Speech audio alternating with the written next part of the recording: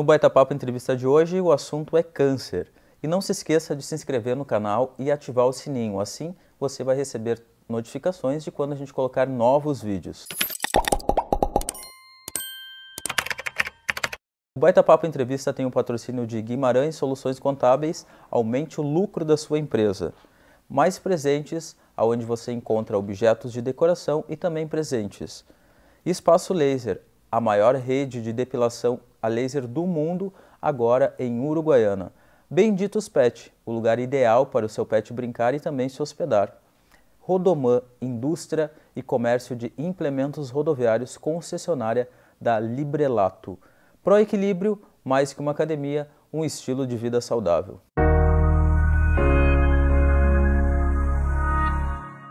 Você sabia que aumentou o índice de câncer em pessoas com menos de 50 anos?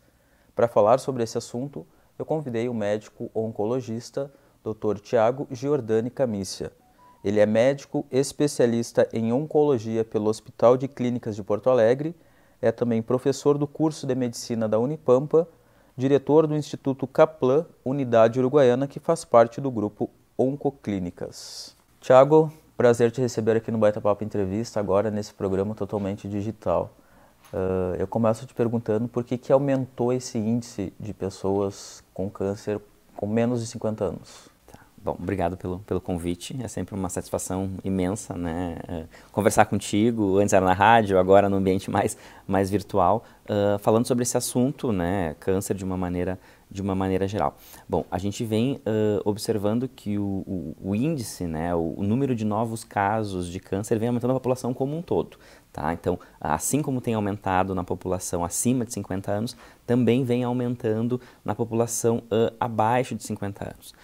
E existem diversos fatores para isso, né? Fatores genéticos relacionados com a história familiar, que é algo importante a gente avaliar nos pacientes. Por exemplo, se o pai teve câncer, se a mãe teve câncer, os tios tiveram câncer, existe uma probabilidade genética de que nas gerações posteriores essas pessoas comecem a desenvolver câncer numa idade mais precoce, tá?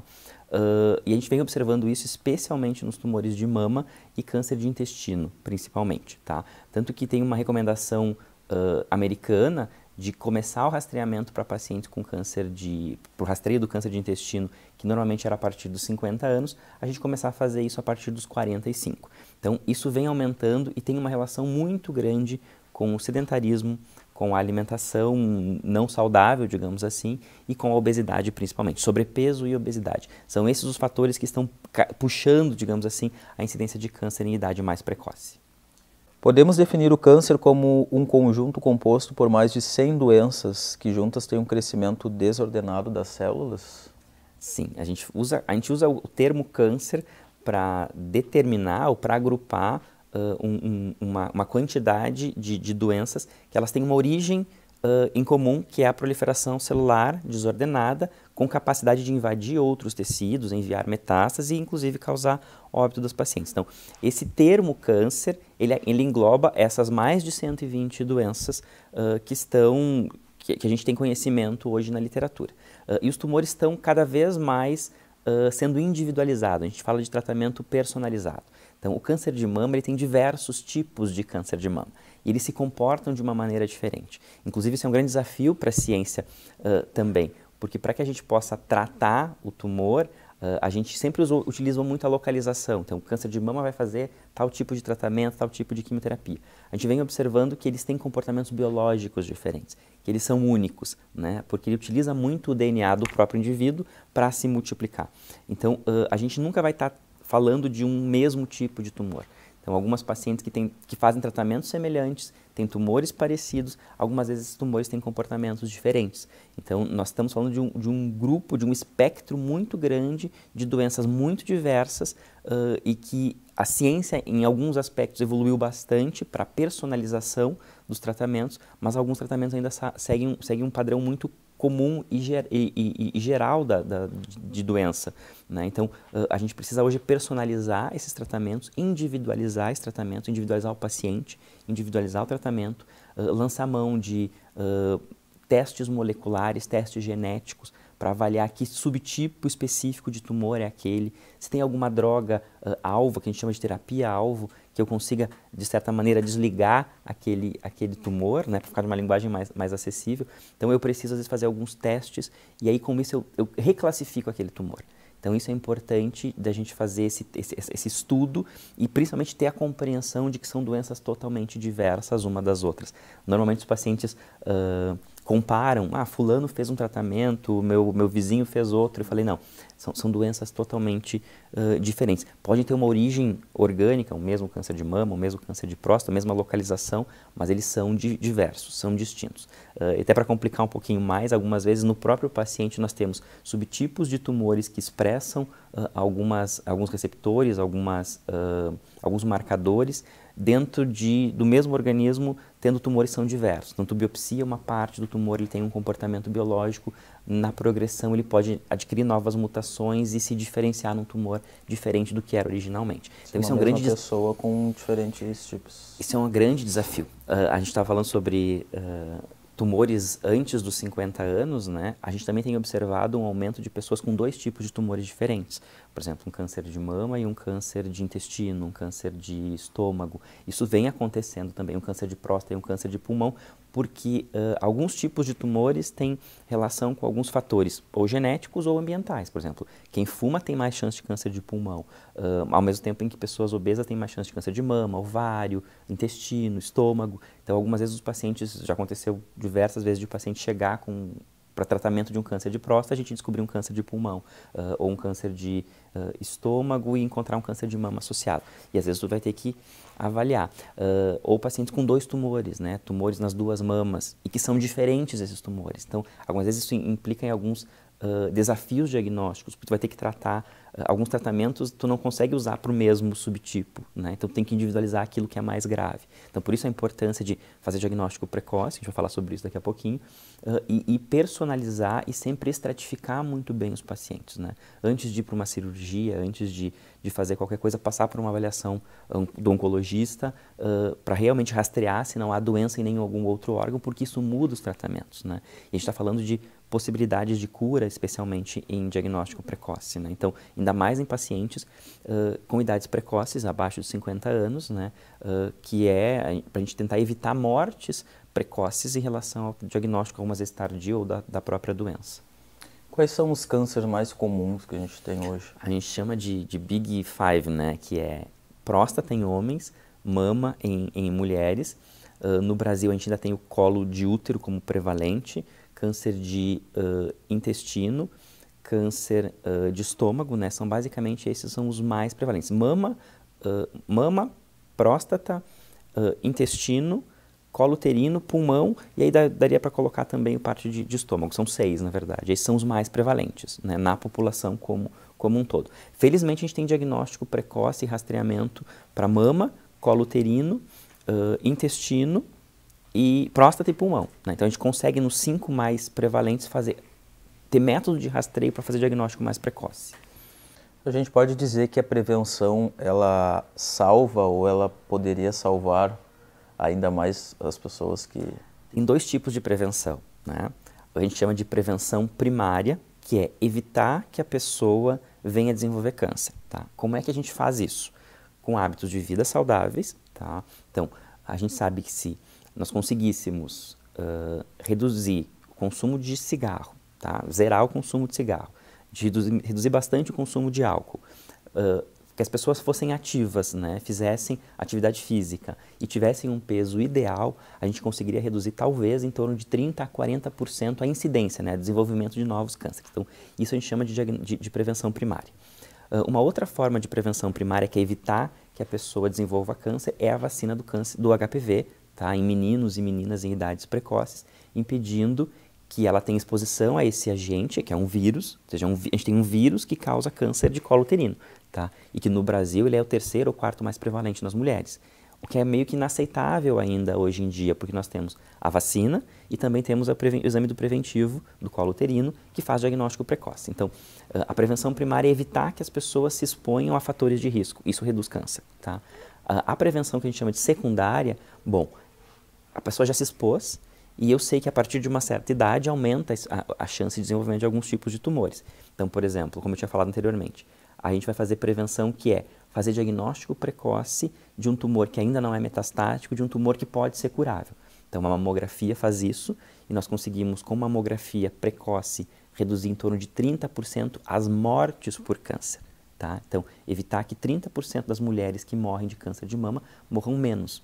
A mesma coisa acontece com o PSA a partir dos 55 anos, o impacto é um pouco menor, o preventivo do colo uterino, a colonoscopia e o sangue oculto faz com que eu faça diagnóstico em lesões que a gente chama de não invasivas ou pré-invasivas, ou lesões em estágio bastante inicial que eu consigo, com cirurgia, algumas vezes sem quimioterapia, curar esses pacientes. Então nós temos essas duas estratégias, né? Manter um hábito de vida saudável, associado com atividade física e peso adequado, e os exames de rastreamento que começam a partir de determinada idade.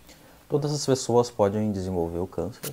Qualquer pessoa pode desenvolver o câncer, e tem um dado americano, né, da população americana, que ele é chocante, assim, porque quando eu li, eu não tinha expectativa disso, né, que é a probabilidade de uma pessoa desenvolver câncer a partir do nascimento até os 40 anos, do nascimento até os 60 e do nascimento até a morte, tá? Então, e aí qualquer tipo de câncer, desde um tumor de pele que é altamente curável, algum câncer de mama inicial que é curável, câncer de próstata, enfim, há tumores mais agressivos, às vezes metastáticos, não curáveis mais. Então, em torno de 1 em cada 3 mulheres pode vir a desenvolver algum câncer ao longo da vida, não significa que a pessoa vai morrer disso, tá? E 1 a cada 2 homens, tá? Pelos dados americanos publicados, acho que final do ano passado. Então, assim, é uma doença extremamente prevalente. E aí a gente inclui todos os tipos de câncer, desde, como eu falei, do câncer de pele, que é altamente curável, algumas vezes simplesmente com uma pequena cirurgia, às vezes não precisa nem cirurgia, tu consegue fazer tratamento local com crioterapia, né, digamos, cauteriza essa lesão e tu curou, isso entra na estatística, há tumores mais agressivos, câncer de pulmão, leucemias, enfim, todo esse espectro ele entra, tá? Então a gente está falando de uma doença que ela é prevalente, ela é cada vez mais prevalente. Primeiro porque as pessoas pararam de morrer tanto por doenças infecciosas, tuberculose, HIV, AIDS. E vieram outras, né? E vieram outras. Então as pessoas estão vivendo mais a ponto de conseguir desenvolver câncer e tal. Então a gente sabe que o câncer ele é uma doença relacionada ao envelhecimento. Quanto mais as pessoas vivem, mais as células se multiplicam, mais chance dessas células terem algum erro e, consequentemente, se tornarem um tumor. E mais tempo se expondo, né, à radiação, ao cigarro, à bebida alcoólica, ao excesso de peso, ao sedentarismo. Então, tudo isso tem relação. Por isso que é tão importante, a gente fala do cuidado com os idosos, né? Eu quero ver se eu começo uma pós em oncogeriatria, eu estou meio que sem horário nesse momento, porque é um tema que me interessa bastante, que é desenvolvimento do câncer nos idosos, especialmente pacientes acima de 80 anos. A gente tem observado muito isso no consultório, né? Os tratamentos, às vezes, são um pouco mais tóxicos nessa população, então é importante ter esse cuidado com o idoso. A gente sabe que eles devem seguir fazendo os acompanhamentos, até porque a expectativa de vida média da população brasileira é de 78 anos para mulheres e 74, 75 para homens no Brasil. E muitas vezes tu tem pacientes de 70 anos que são extremamente ativos, né, pouco doentes, digamos assim, são pacientes que têm uma autonomia muito grande. Então a gente tem que cuidar bastante dessa população também, e eu tenho observado, isso de uma maneira assim, muito simplória, né, no consultório, que os pacientes depois de uma certa idade, 65, 70 anos, param de fazer os exames de rastreio. Então a gente tem que conscientizar essa população, assim como a gente estava falando da população mais jovem, né, abaixo dos 45 anos, 50 anos, de fazer seus exames, e também a população acima dos 60, 70 anos, seguir o rastreamento, seguir o acompanhamento médico. Quais seriam os cânceres curáveis que a gente tem hoje? Qualquer câncer é curável. Qualquer um? Qualquer tipo de câncer é curável. Tudo vai depender do estágio. Tudo vai depender de quão inicial esse tumor então, foi. Quanto mais tarde foi feito, né, a busca por tratamento, dificilmente vai ser curável. A gente consegue algumas vezes, dependendo das situações, por exemplo, curar alguns tipos de câncer metastático, quando a gente consegue associar a cirurgia da metástase, especialmente no câncer de intestino, né? Por exemplo, pacientes que têm câncer, faz o diagnóstico do câncer de intestino com uma lesão hepática única. A gente consegue fazer a cirurgia, fazer a quimioterapia, operar às vezes faz quimioterapia, opera o intestino, opera o fígado, e a gente consegue curar esses pacientes que na grande maioria das vezes não eram curáveis, tá? Então, depende da técnica, depende da medicação, depende da localização do tumor, né? O que a gente gostaria mesmo é que os pacientes não chegassem na fase metastática, tá? Que a gente conseguisse fazer esse diagnóstico em fases mais iniciais, quando a doença está localizada exclusivamente no órgão específico, estômago, intestino, pulmão, mama, próstata, a gente consegue às vezes com a cirurgia rádio, com a cirurgia quimio, rádio, depende, como eu te falei, né, são tumores totalmente distintos, que vão receber tratamentos distintos e às vezes pelo tamanho do tumor a gente consegue definir se o paciente vai precisar de quimioterapia ou não.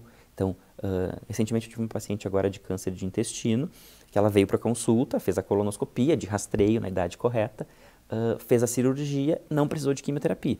Ela está curada, eu não gosto muito de usar esse termo, mas enfim, ela está livre de doença, ela vai ficar em acompanhamento, voltou sua vida normal, sua atividade normal, ficou afastada um pequeno intervalo de tempo pós-recuperação cirúrgica. Então, esse é o objetivo dos exames de rastreamento, junto com essas orientações que a gente está fazendo aqui, de ter um estilo de vida mais saudável.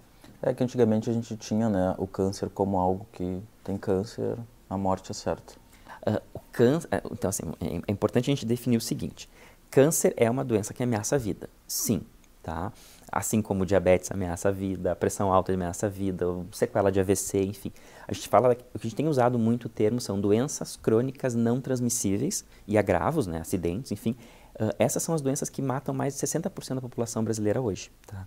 E a gente chama, e algumas dessas doenças, especialmente complicações do diabetes, complicações da pressão alta e alguns tumores, são evitáveis com estilo de vida saudável e são passíveis de diagnóstico precoce com tratamento menos invasivos, tá? Embora a gente saiba que qualquer tipo de tumor, ele pode recidivar em algum momento, tá? Mas um tumor de mama muito inicial, que às vezes só cirurgia é curativa, com a radioterapia, sem quimioterapia, ele tem 95% de chance de paciente ficar curável. Então, esse é o público que a gente precisa buscar. E a mamografia nos permite isso, nos permite fazer diagnóstico de tumores de 5 milímetros. 5 milímetros é meio centímetro, tá? Ela consegue fazer esse diagnóstico. A cirurgia, às vezes, é o suficiente, o paciente não precisa de químio. Então, esse é o público que a gente precisa buscar. O que a gente vem observando? Existe um tabu em relação ao câncer e existe um medo dos pacientes, né? Aquela história de quem procura acha. Exatamente isso. A gente quer achar naqueles pacientes para fazer diagnóstico mais precoce, né? E o que a gente observa no consultório é que a maioria dos pacientes chegam já com tumores de 2, 3 centímetros e aí invariavelmente elas vão precisar de quimioterapia e a chance de cura começa a diminuir. Né? Não é mais aqueles 95%, são talvez 60%, 70%, que ainda é um índice bastante alto. A gente conseguiu melhorar muito o tratamento do câncer e diminuir as chances de morte das pacientes, de recidiva, ou seja, aumentando as chances de cura com o diagnóstico mais precoce. E com os novos tratamentos, que existem aí uma gama de medicamentos e técnicas. Agora teve o congresso americano de oncologia, né, onde se mostrou o benefício de alguns medicamentos que antes eram exclusivos para um tipo de tumor de mama e agora ele também se mostrou positivo, eficaz em alguns outros subtipos de mama que expressam receptores para estômago, intestino também. Então, a gente vem aumentando o espectro de novos medicamentos e novas terapias, né, que a gente chama de terapias inovadoras e alvo específicas em alguns tipos de tumores. Então, esse é o nosso benefício. Eu digo, a ciência vem evoluindo muito. Eu terminei a residência em 2018, a gente tratava o câncer de intestino de um jeito, né? Agora é totalmente diferente. O câncer de mama também com um espectro muito grande de novas terapias.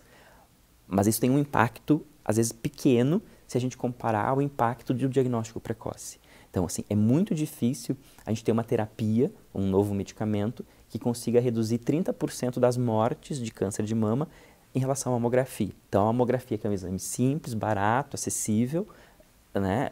Não é um exame que envolva nenhuma agulhada, nada nos pacientes, não é nenhuma cirurgia, né? Então, a gente consegue, com esse exame, reduzir 30% das mortes.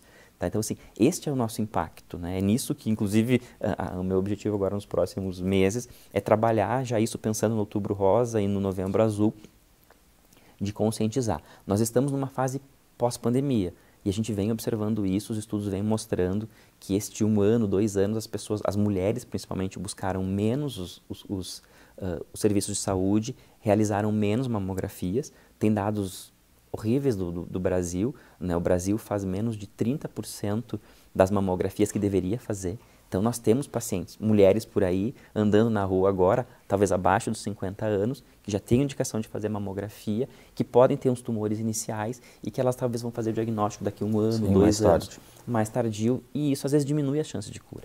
Então a gente tem que, nestes espaços, né, tentar conscientizar as pessoas para que busquem um atendimento, para que procurem os atendimentos médicos, né, de rastreio, se informem, né, nesse sentido de a gente conseguir mudar um pouco dessa realidade. Porque, paradoxalmente, a mortalidade por câncer no Brasil vem aumentando nos últimos 15 anos. O aumento de mortalidade por câncer de mama, câncer de próstata, então, ou seja, em outros países é ao contrário, vem diminuindo a mortalidade, porque vem fazendo diagnóstico mais precoce, tem novas tecnologias, então a gente está ainda um pouco atrasado, digamos assim, na contramão da ciência mundial. Perfeito. A gente vai fazer um rápido intervalo e na volta a gente segue falando com o Dr. Thiago Giordani Camissa.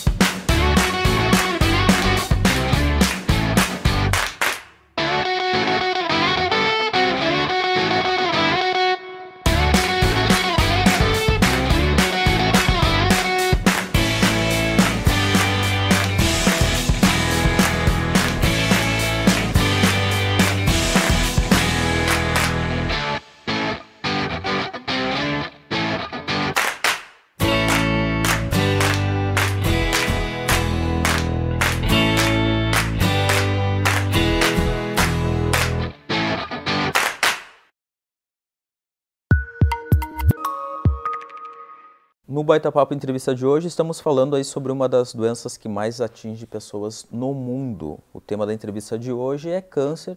Eu estou recebendo aqui o Dr.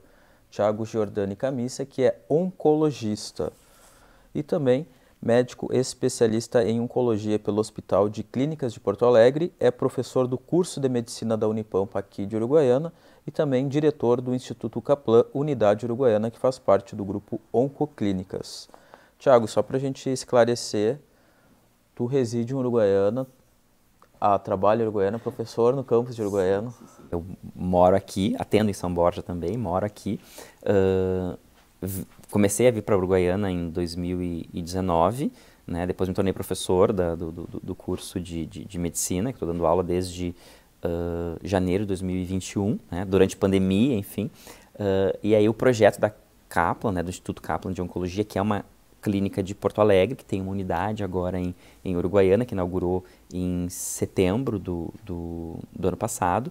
Recentemente a gente conseguiu o credenciamento pela Unimed, então a gente consegue fazer as aplicações dos pacientes de Unimed na nossa própria unidade. A gente recebe paciente de Itaqui, de Alegrete, Livramento, enfim. Então o serviço ainda ele é novo, né? Está começando agora. A gente ainda já tem credenciamento com CACI, Cabergues, GEAP, Saúde Caixa, Associação Rural de Alegrete, então a gente deve ter uns 8 ou 9 convênios, e agora a Unimed, que é um plano de um volume maior. IP, eu estou atendendo apenas as consultas ainda, o credenciamento do IP está um pouco mais lento, né? Mas eu já trabalho na cidade, moro na cidade durante todo esse tempo, né? E o nosso trabalho é um trabalho de diagnóstico, né? Associar o diagnóstico precoce, que a gente estava falando sobre a nossa entrevista, né? Tem programas, inclusive, lá em Porto Alegre, na nossa unidade, que a gente chama de diagnóstico rápido de mama, que é um dos que eu mais gosto, assim, porque em menos de uma semana a gente consegue ter todos os diagnósticos da paciente, né? Fazer a biópsia, fazer a imunistoquímica, tomografias, ressonância, a gente consegue fazer tudo isso de uma maneira muito rápida, às vezes em um único dia, o paciente consulta com o mastologista, consulta com a médica que faz a biópsia, faz todos os exames, a gente consegue ter todo esse panorama para definir o tratamento. Porque alguns tratamentos a gente vai precisar fazer ou cirurgia, vai para a cirurgia direto, algumas outras pacientes a gente faz quimioterapia, depois faz a cirurgia, depois define radioterapia e se mantém tratamento posteriormente ou não. Então, e fazer o diagnóstico precoce é importante, né? A gente vem comentando sobre isso, que reduz mortalidade. Iniciar o tratamento no período adequado também é muito importante. Então, a gente observa que alguns pacientes, como tem que fazer tomo, ressonância, cirurgia, enfim, muitos pacientes levam muito tempo do diagnóstico até o início do tratamento. E a nossa ideia, nosso objetivo é sempre encurtar essa jornada. Quanto antes eu fizer o diagnóstico, talvez menos para quimioterapia o paciente precise, talvez a cirurgia seja uma cirurgia mais conservadora, né, menos agressiva, então é importante tudo isso. E esse foi o objetivo da gente montar a nossa unidade em Uruguaiana, que é oferecer esse cuidado desde o momento do diagnóstico, durante todo o tratamento e o acompanhamento posteriormente. E o câncer, ele atinge mais homens ou mulheres? A gente tem dados, depende muito, né, do subtipo, tá? Por exemplo, mama vai acometer mais mulheres, 99% das mulheres, próstata apenas homens, tá? Mas de uma maneira geral, a gente tem observado um diagnóstico um pouco maior em mulheres, tá? Especialmente pela questão da mama, tá? Que é um tumor bastante prevalente. Então, mas assim, como eu te falei, de maneira geral, mulheres um pouquinho mais, tá? Mas o que puxa realmente é o câncer de mama. Por exemplo, câncer de pulmão ele é muito mais prevalente em homens porque historicamente os homens fumavam mais. Câncer de intestino, uma prevalência um pouquinho maior em homens do que mulher. Câncer de estômago é mais ou menos igual entre as faixas, entre os homens, né, e as faixas etárias. Então, tudo depende muito dos pacientes. Mas, de novo, o risco de desenvolver ele é muito parecido. Né? Então, a mulher ou o homem não tem menos incidência. O risco aumenta e normalmente esse risco começa nas mulheres a partir dos 40 anos com câncer de mama e nos homens inicialmente a partir dos 50 e 55 anos para câncer de próstata, que são os tumores mais prevalentes. Então, o câncer de mama é o câncer mais prevalente na mulher, câncer de próstata é mais prevalente no homem. Então, é nessas faixas etárias, nas mulheres aos 40 anos e nos homens a partir dos 50, 55 anos, que a gente já deve começar a fazer o rastreio para o diagnóstico precoce. Qual é que é a tua opinião sobre o tratamento alternativo sem uso de medicamentos quando as famílias ou o próprio paciente escolhe, né? Eu quero ter uma terapia alternativa. Durante a residência, em 2015, que foi quando eu comecei a residência de oncologia, nós tivemos aquele boom da fosfetanolamina, a famosa pílula do câncer. Tá? O que eu mais entendi, assim, quando de novo, acho que a primeira coisa quando o paciente opta por um tratamento, não é um tratamento alternativo, né? Porque alternativa é dizer assim, olha, nós podemos fazer cirurgia e químio, ou nós podemos fazer quimioterapia primeiro e depois ir para a cirurgia, tá? Isso é alternativas, são alternativas com parecida ou igual eficácia. Por exemplo, tem paciente que não pode ir para a cirurgia inicialmente porque tem um problema cardíaco. Então, eu vou fazer quimioterapia até ele resolver esse problema. Aí a gente começa a ofertar alternativas. Quando a gente fala do tratamento alternativo, que seria pílula do câncer, outros medicamentos sem eficácia comprovada, isso é charlatanismo. Então, a gente tem que lidar com a seriedade que isso existe. Então, eu tive uma paciente recentemente que ela foi fazer um tratamento em uma comunidade lá em Cachoeirinha, se eu não me engano, e deram para ela essa pílula do câncer. E disseram que ela teria que fazer 2 meses de tratamento. Eu falei, gente, olha só, isso não é um tratamento, tá? Eu não sei como é que teu tumor vai se comportar nos próximos 2 meses. Se daqui a 2 meses tu vai voltar e vai ser possível tratar teu tumor ainda, tá? Um tumor hepático grande. Então, mas neste momento é o momento de entender por que o paciente buscou o tratamento alternativo. E aí, muitas vezes, o que acontece é que a família tem medo da morte, medo do diagnóstico, traz experiências de familiares ou conhecidos que tiveram efeitos colaterais complicados e tal. Então, não há tratamento alternativo para o câncer. A gente pode ter alternativas terapêuticas oncológicas bem validadas.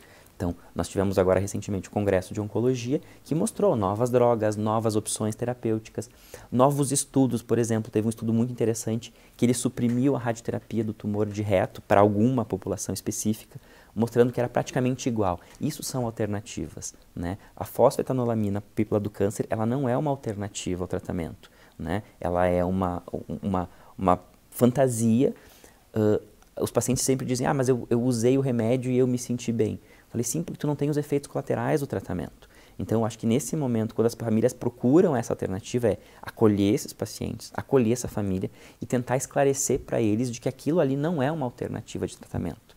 Tá? Entender quais são as fantasias, os medos, os tabus que os pacientes têm. Por exemplo, alguns pacientes não querem perder cabelo no tratamento oncológico. Dependendo do tratamento, a gente consegue algumas quimioterapias que não percam cabelo. Ou a gente pode talvez tentar usar a touca inglesa, que a gente está tentando trazer para cá. Então, a gente consegue ofertar essas terapias. Mas, na maioria das vezes, isso atrasa o diagnóstico, atrasa o tratamento, diminui as chances de cura, E isso cria nos pacientes uma falsa sensação de segurança, porque eu estou usando alguma coisa. Na verdade, não está usando e o tumor tende a crescer. E no caso de pacientes que vão para fora do Brasil em busca de medicamentos mais eficazes, talvez, ou em grandes centros, assim, por exemplo, São Paulo, Rio de Janeiro, aí tu vê que são pacientes tanto da nossa cidade ou, né, do interior do Rio Grande do Sul e vão para grandes centros em busca de medicamentos. Como eu te falei, nós temos no Brasil hoje diversos centros de pesquisa clínica. Eu já enviei vários pacientes para esses centros. É um dos meus projetos, talvez, desenvolver pesquisa clínica aqui em Uruguaiana, porque assim, para que um remédio seja utilizado, ele passa por fase de testes, tá? Então, o meu estágio em Milão foi em terapias inovadoras e desenvolvimento de novas drogas. A droga não tinha nenhum nome, ela era um código, tá? E a gente observava efeitos muito importantes em alguns pacientes. Então, eram drogas que começam a ser utilizadas em determinado tipo de tumor, passam por vários testes, por vários números de pacientes, e aí tu consegue observar a resposta, tá? Nós temos, por exemplo, em Ijuí, Porto Alegre, São Paulo, diversos centros que fazem pesquisas inovadoras. Fora do país também existem alguns tratamentos e fora do país nós temos mais número de centros testando novas drogas, tá? Até existem alguns projetos no Brasil para tentar desburocratizar esse processo, porque para que um teste, normalmente esses testes de novas drogas são feitos em vários lugares do mundo, e o Brasil sempre se candidata, nós temos excelentes centros de pesquisa, né? O próprio Grupo Oncoclínicas tem, e agora recentemente ele fez uma parceria com o Instituto Manguinhos para terapia genética de câncer, né? Com uma instituição pública. O Grupo Oncoclínicas é o grupo que faz parte, né? Que a Kaplan faz parte. Então, nós estamos num desenvolvimento de ciência em oncologia muito rápido, tá? E é importante isso.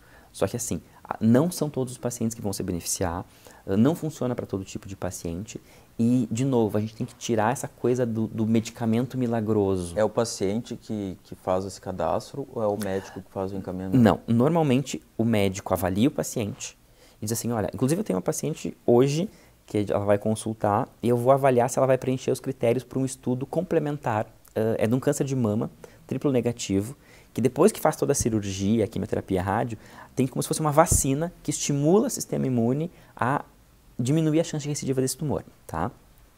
Esse estudo está aberto em Porto Alegre, se eu não me engano está aberto em Ijuí também, em três centros em Porto Alegre, São Paulo e outros lugares, tá?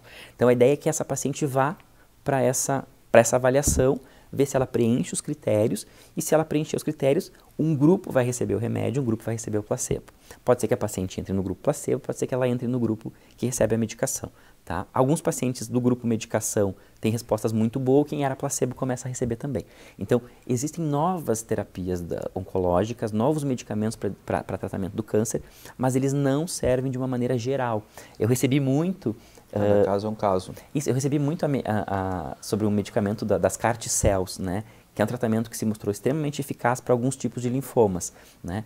Isso não se aplica para todos os tipos de tumores, né? Então eu tenho que explicar para o paciente, falei, essa é uma tecnologia que existe, uma tecnologia que inclusive já foi validada para uso no Brasil para alguns tipos de linfomas e leucemias, mas ainda não está habilitada, ou ainda não tem estudos com evidência científica para uso de outros tipos de tumores ou para o tumor daquele paciente. Então, nós buscamos sempre novas tecnologias e, felizmente, tem novos medicamentos chegando o tempo todo. Então, são de novo, novas alternativas. Isso é uma alternativa. Sim. Vamos buscar um estudo clínico porque em algum momento, alguns pacientes vão falhar aos tratamentos disponíveis. E aí a gente tenta buscar novas opções. Existe um exame específico para detectar que alguma pessoa vai ter determinado câncer ou é específico? Então, em torno de 5 a 10% dos tumores, de uma maneira geral, na população geral, podem ter uma origem genética. Então, por exemplo, exemplos muito claros. A mãe teve câncer de mama, a tia teve câncer de mama, a filha teve câncer de mama. Nós estamos falando de tumor em 2 gerações, tá? Então, já existe nesse cenário uma indicação de fazer um teste genético. Teste genético para saber se a paciente teve alguma mutação genética que desenvolveu esse câncer e se essa mutação tem predisposição de desenvolver outros cânceres ou de passar essa mutação de uma herança genética para os seus filhos e os filhos desenvolverem câncer também. Então a gente consegue fazer esses testes, são alguns testes. Teste genético, então, você consegue... Eu avalio o risco da paciente. Então, se o paciente tem essa mutação, o mais comum deles é o BRCA, tá? Se essa paciente tem a mutação, a gente consegue indicar para essa paciente algo, a gente chama de cirurgia redutora de risco. Retira o tecido mamário, mantém mamilo, coloca prótese, fica esteticamente adequado. Então a gente consegue fazer isso, retirar, ou seja, eu tiro o tecido mamário, que é onde teria a maior predisposição de desenvolver câncer, ou retirar o ovário, retirar o útero, dependendo da situação. Se a paciente não quer fazer cirurgia ou não tem indicação naquele momento, a gente talvez antecipa os testes de rastreio. Em vez de fazer mamografia, nesse cenário a gente pode fazer ou a mamografia ou a ressonância e começa em idade mais precoce. Em vez de ser aos 40 anos, que seria para a população geral, nessa população começa a partir dos 25. Então, são essas as estratégias. As pessoas têm aquela ideia de que fazer o PET-CT, por exemplo, vai ver se tem câncer. O que seria o PET-CT? PET-CT é um exame utilizado para alguns tipos de câncer, tá? Que faz um diagnóstico talvez mais precoce de recidiva ou de metástase em fases onde a tomografia não seria tão específica, tá? Mas ele não funciona como um método de rastreio, né? Ele normalmente é utilizado em alguns tipos de tumores e ele vai me ajudar a definir, é um tratamento cirúrgico curativo ou a gente vai excluir a cirurgia da terapêutica porque é um paciente já metastático. Então, não existe um exame, né, geral que tu faça que vai dizer assim, tem câncer, vai ter predisposição de câncer. Não existe. Sim. O que a gente consegue fazer de uma maneira mais populacional é, a partir de tal idade começa mamografia, colonoscopia, preventivo do colo uterino, PSA, são esses os tipos de tumores que a gente consegue rastrear de uma maneira, fazer diagnóstico mais precoce. Para alguns outros tipos a gente não tem evidência científica ainda de que funcione. Adotar um estilo de vida saudável aliado com atividade física pode ajudar na prevenção? É o que mais ajuda, tá? Então assim, a mamografia ajuda, os exames de prevenção ajudam, mas manter um estilo de vida saudável, e a gente observou hoje que a obesidade, o sobrepeso e a obesidade, tem uma chance de desenvolver câncer nas pessoas igual ao cigarro, tá? Felizmente as pessoas estão fumando cada vez menos, tá? No Brasil antes quase 20% da população fumava, hoje é em torno de 8, 9%, tá? O que ainda é muita gente. Em relação à obesidade a gente observou o contrário. Pelo estilo de vida, pelo home office, pelos nossos hábitos, né? A população vivendo mais também, as pessoas estão cada vez mais acima do peso, cada vez mais sedentárias, cada vez com mais obesidade, se alimentando pior. Então, esses fatores estão levando a um índice de câncer muito maior na população. Talvez esse seja o grande fator que tenha aumentado nossos níveis de câncer, aumentado a incidência, e especialmente em idades mais precoces, pessoas mais jovens. Antes da gente finalizar o nosso baita-papo entrevista de hoje, eu te pergunto o que te inspira, assim?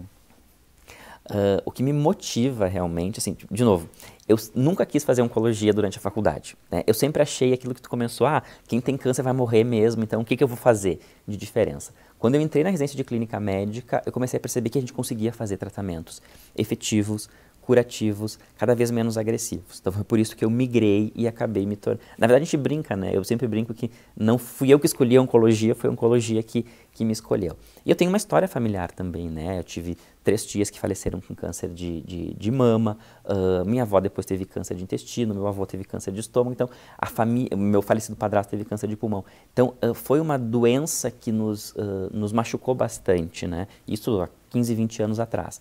Então acho que tinha essa coisa, esse âmago de tem como mudar. E mudou muito hoje, né? Eu fico cada vez mais feliz porque cada evento, amanhã eu estou indo para Porto Alegre num evento de melanoma com novas drogas, com novas terapias, mudando a história natural de algumas doenças. Então é isso que me motiva, né? E fazer esse tipo de atividade, como a gente está conversando agora, de conscientizar as pessoas de que por mais que tenha cada vez mais medicamentos, novas tecnologias, tratamento do lado de casa, tem uma paciente que mora a 2 quadras da clínica, né?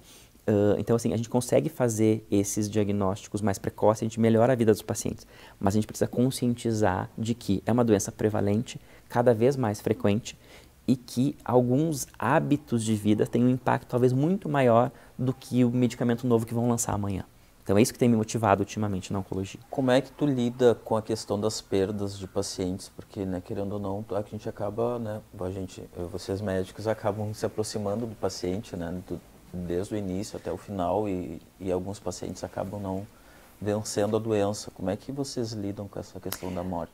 Eu acho que o mais importante não é olhar o fim, né, é olhar o processo. Eu lembro que teve uma familiar de uma paciente que mandou uma mensagem quando o pai dela faleceu e me tocou bastante, que é assim, eu queria agradecer muito, né, porque o meu pai tinha uma doença já incurável do diagnóstico, e ele conseguiu viver 4 anos muito bem, fez novos medicamentos, foi para a pesquisa clínica, buscou, algumas vezes não tinha o medicamento, a gente conseguia judicialmente, porque o plano não dava, então a gente conseguiu oferecer para ele vida e qualidade de vida. Então, eu não foco no momento em que eu perco o paciente, né? Eu foco no tempo que eu estive com ele, né? E que ele, na verdade, nem esteve comigo, mas esteve com a sua família, com seus familiares, né? Com o seu... muitos pacientes têm doença metastática e trabalham, têm sua vida normal, então esse é o foco do paciente. A gente vai perder pacientes em algum momento, algumas vezes alguns pacientes que acabam falecendo por outros motivos, nada a ver com a doença em si, né? Com a doença oncológica, e a gente tem que lidar com a morte como um fato que vai acontecer com todo mundo, né? Não todo mundo paciente que tem doença, mas lidar com esse aspecto inclui tem que estar muito bem consigo mesmo, né? Entender que o meu objetivo é sempre oferecer o que há de melhor, de mais moderno, que seja possível do paciente receber, que tenha o mínimo de efeitos colaterais para que o paciente tenha qualidade de vida. Tem um remédio tal que vai aumentar, sei lá, em 6 meses a vida do paciente, mas vai ter náusea, vômito, diarreia, infecção. Então, discutir com o paciente também o que ele quer, né? Quer se submeter a mais um novo procedimento, a um novo experimento? E muitos pacientes dizem assim, não quero mais, já vivi bem, já aceitei isso. E trabalhar com os pacientes esse aspecto, né? Eu estava comentando no intervalo contigo que a cura é uma palavra que eu não gosto de usar porque às vezes ela é muito forte, né? Os tumores podem recidivar em algum momento, né?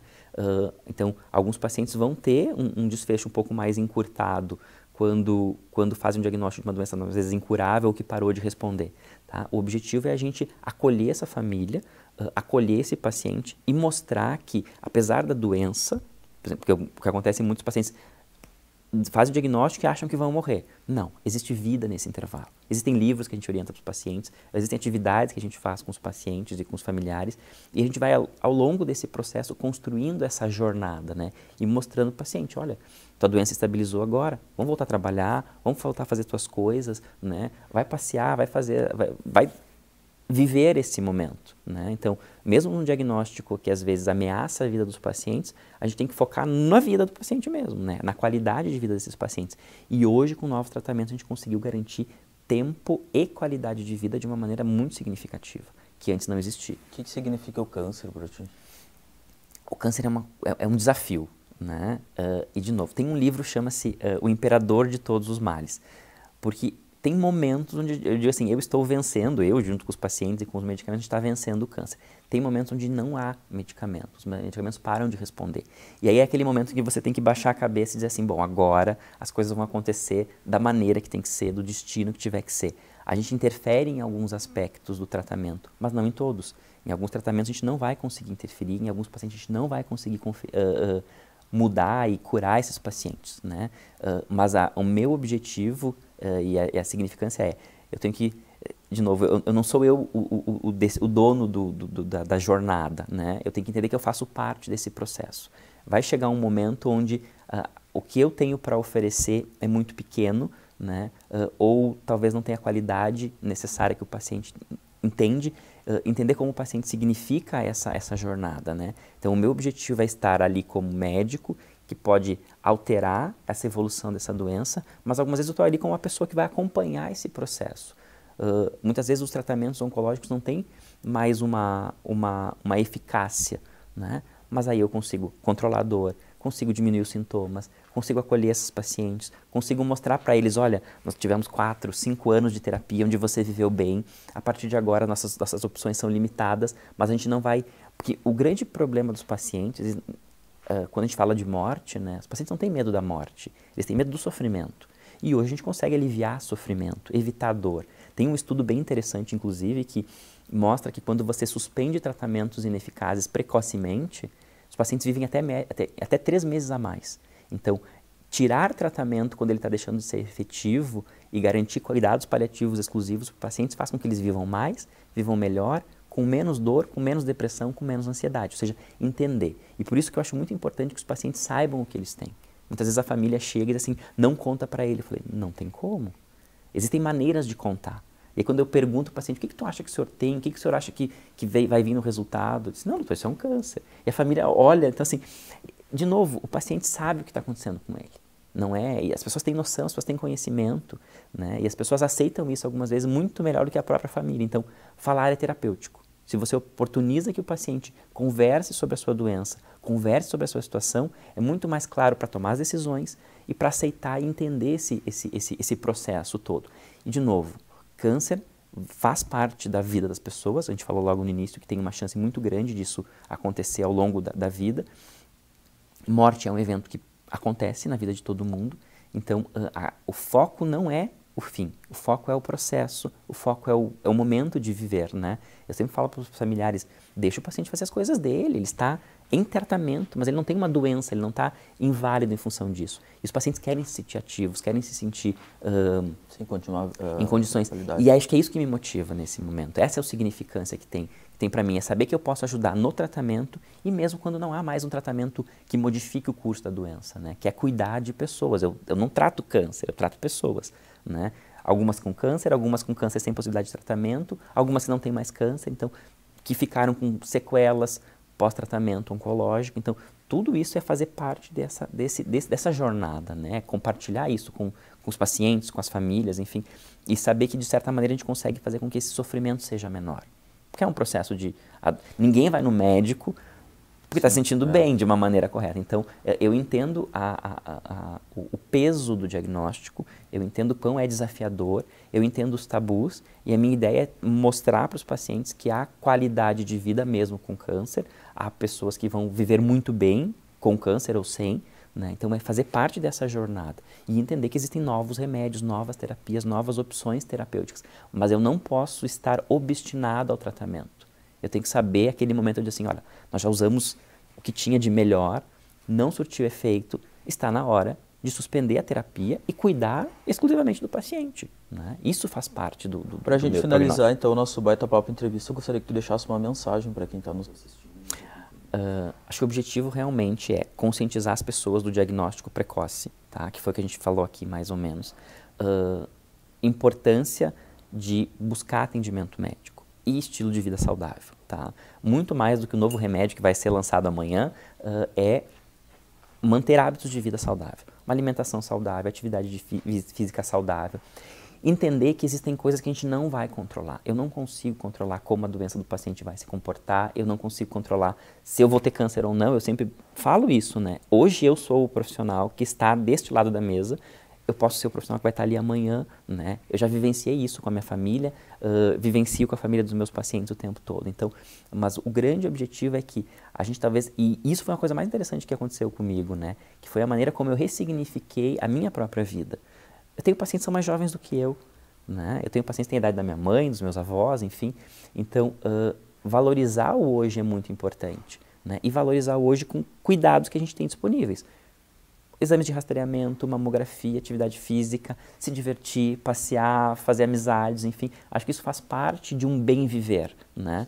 Não a obstinação por um tratamento, por um remédio falso, né? Por uma promessa falsa, um charlatanismo. E existe muito isso. As pessoas se baseiam na dor e no sofrimento das pessoas para vender uma pílula que não tem função, né? Então, tem que entender esse processo. Então, o que eu falo para as pessoas é um tema difícil, é doloroso falar sobre câncer, as pessoas não querem ouvir, mas é importante, faz parte da nossa vida e a gente tem que ter o cuidado necessário a partir das indicações corretas. Então, procurar o seu médico, fazer o seu rastreamento, podem me procurar também se for necessário nesse sentido, que a gente orienta e talvez a gente deve desenvolver mais essas atividades, tentar conscientizar e trazer isso para um bate-papo, que a gente está aqui tomando um café e falando sobre câncer. Eu falo para os pacientes, quem sabe quando as mulheres, as pessoas que estão na sua roda de chimarrão, já fez o teu exame de mamografia, já fez o exame de PSA para a próstata? Então, trazer isso para uma rotina mais importante. Vamos para a academia. Eu fiz essa semana como é que está a dieta dos pacientes,